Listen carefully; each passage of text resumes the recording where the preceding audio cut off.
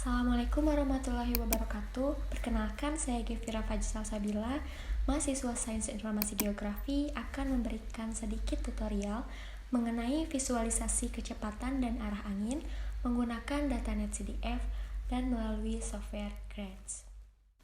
Nah, sebelumnya kita akan mengunduh reanalisis dataset ERA 5 dari European Center for Medium Range Weather Forecast terlebih dahulu. Untuk mengaksesnya, kita dapat menggunakan link CDS Climate Copernicus atau kalian dapat langsung menggunakan link pada kolom deskripsi yang telah saya berikan. Setelah itu, pada bagian kanan atas, klik login atau register. Untuk kalian yang belum memiliki akun, kalian klik create new akun dan kalian akan langsung disuruh mengisi form yang telah disediakan. Lalu, kalian tinggal menunggu email masuk untuk konfirmasi akun kalian.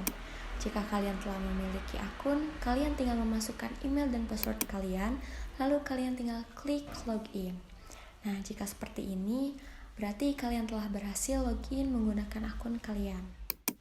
Setelah selesai registrasi melalui email yang telah terverifikasi, kalian langsung dapat mengunjungi Copernicus Climate Data Store HMWF ERA 5 pada link CDS Climate Copernicus Dataset Reanalysis ERA 5, atau kalian dapat langsung membukanya pada link yang ada pada kolom deskripsi yang telah saya berikan.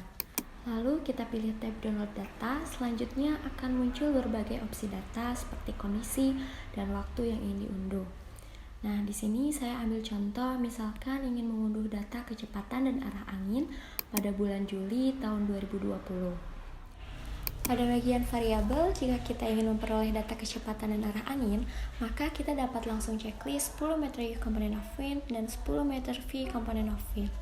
Selanjutnya, untuk tahun, kita checklist tahun 2020. Lalu untuk bulan, kita checklist bulan Juli. Nah, untuk day, karena kita ingin mengambil data satu bulan full, maka kita dapat memilih semuanya dengan cara klik select all. Lalu pada bagian time, jika kita menginginkan data per tiap jam, maka kita juga dapat mengklik select all. Selanjutnya pada bagian geographical area, di sini saya menggunakan default untuk mendapatkan semua data area yang tersedia.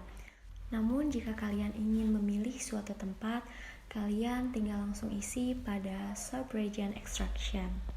Pada bagian format, kita pilih NetCDF experimental. Lalu kita cek kembali opsi-opsi yang telah kita pilih untuk memperoleh data yang kita inginkan. Setelah itu, kita klik tombol hijau Submit Form untuk memproses permintaan data yang kita inginkan. Proses permintaan data akan berlangsung sekitar 5 hingga 10 menit. Kemudian, file dapat diunduh setelah pada tulisan status telah muncul tombol hijau bertuliskan download seperti contoh berikut. Selanjutnya, kita klik tombol hijau download tersebut dan kita tunggu hingga data yang diunduh selesai tersimpan pada perangkat kita. Setelah proses unduh selesai, maka data tersebut akan dapat langsung kita lihat pada file explorer kita dengan format .nc. Untuk menampilkan data kecepatan angin dan arah angin dengan data yang sebelumnya kita telah peroleh, kita dapat menggunakan software OpenGrads yang sebelumnya telah kita install pada perangkat kita, atau kalian dapat langsung menginstalnya pada link yang ada pada kolom deskripsi. Lalu akan muncul pilihan landscape mode, kita ketik Command Y untuk menampilkan hasil landscape. Selanjutnya kita akan memasukkan data yang sebelumnya kita telah unduh dengan cara ketik SDF open, lalu kita drag file yang tadi kita telah unduh. Nah, setelah kita drag file yang telah kita unduh seperti ini, lalu kita bisa langsung ketik enter dan data akan berhasil kita input ke dalam OpenGrads. Untuk melihat informasi dari data yang telah kita input sebelumnya, maka kita dapat mengetikkan qFile. Nah, berikut ini merupakan informasi yang dapat kita peroleh dari data yang kita miliki. Seperti yang kita lihat, di sini terdapat X size. X size ini merupakan jumlah grid di dalam sumbu X, yang berarti terdapat sebanyak 1440 jumlah grid di dalam sumbu X dalam data yang kita miliki. Lalu selanjutnya ada jumlah grid di dalam sumbu Y atau Y size. dengan posisi geografis lintang memiliki jumlah grid sebanyak 721.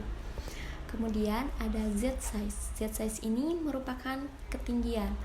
Nah, karena ketinggian pada data yang kita miliki level permukaan, jadi nilai Z size-nya ialah 1. Selanjutnya adalah T size. T size ini merupakan informasi waktu, yang artinya terdapat 744 data pada data yang kita miliki di bulan Juli ini.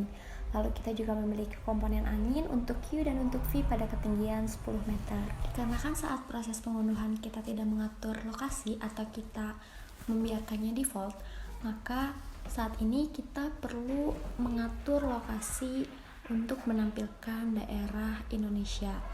Di sini kita tinggal mengetikkan set lat min 11 dan 11, lalu ketik enter. Selanjutnya set lon 90145, lalu ketik enter kembali.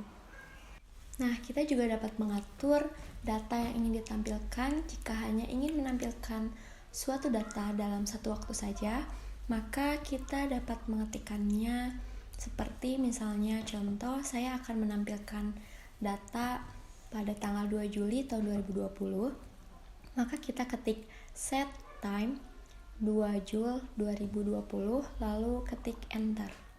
Untuk plotting data angin yang kita punya, kita dapat mengetikkan set gxout vector, kemudian kita ketikkan d spasi u10 titik koma v10 untuk menampilkan baik kecepatan angin ataupun arah angin.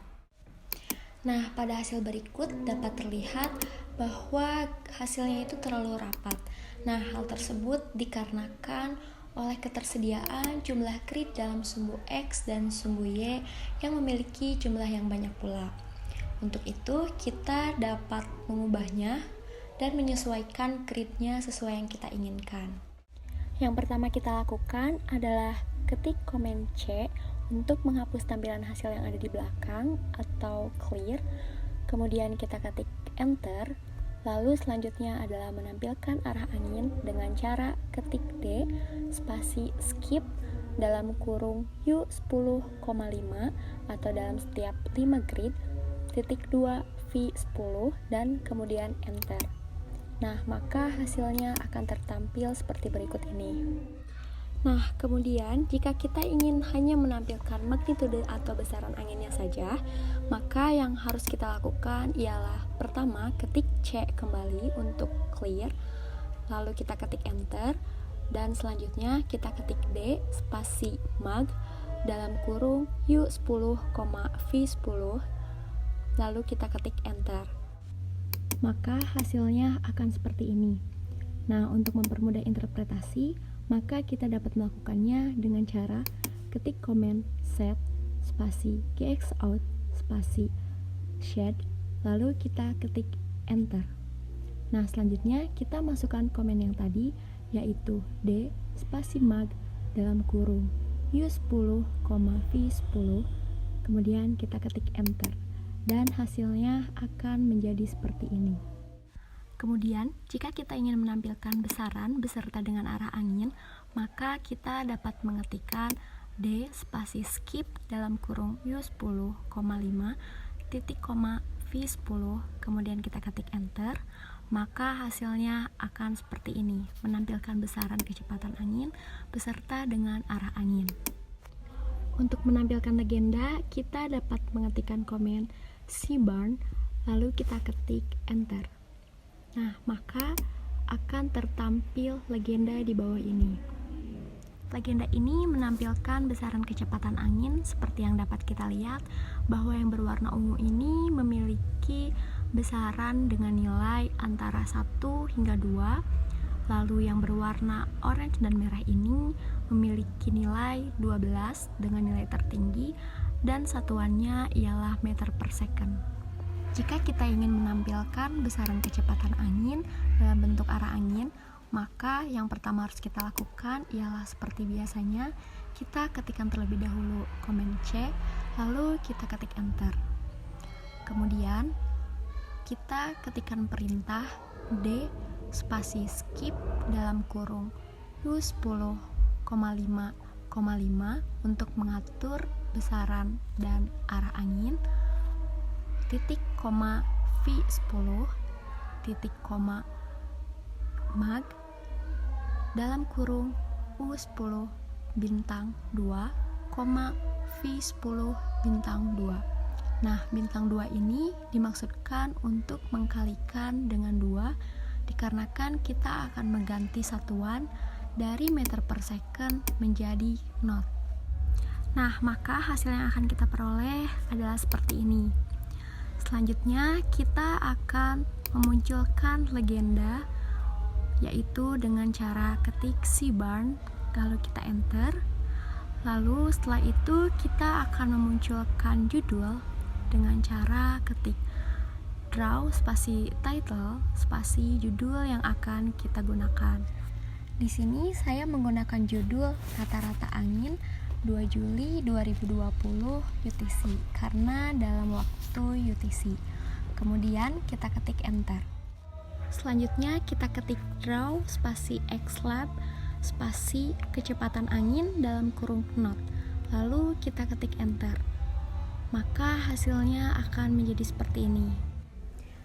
Nah, ini merupakan hasil akhir yang telah kita peroleh. Kemudian kita akan save hasil ini dalam bentuk PNG dengan cara ketik print team spasi lokasi penyimpanan. Nah, seperti ini. Kemudian, jika kalian ingin mengganti background, kalian tinggal menambahkan warna di akhir. Di sini saya menggunakan warna putih, maka saya ketikkan white, lalu ketik enter. Dan setelah selesai seperti ini, maka hasilnya akan tersimpan pada lokasi penyimpanan yang kalian tuju sebelumnya. Nah, ini merupakan hasil dari proses pengolahan kita tadi. Nah, mungkin seperti itu saja tutorial dari saya. Kurang lebihnya mohon maaf. Terima kasih telah menonton dan semoga bermanfaat. Wassalamualaikum warahmatullahi wabarakatuh.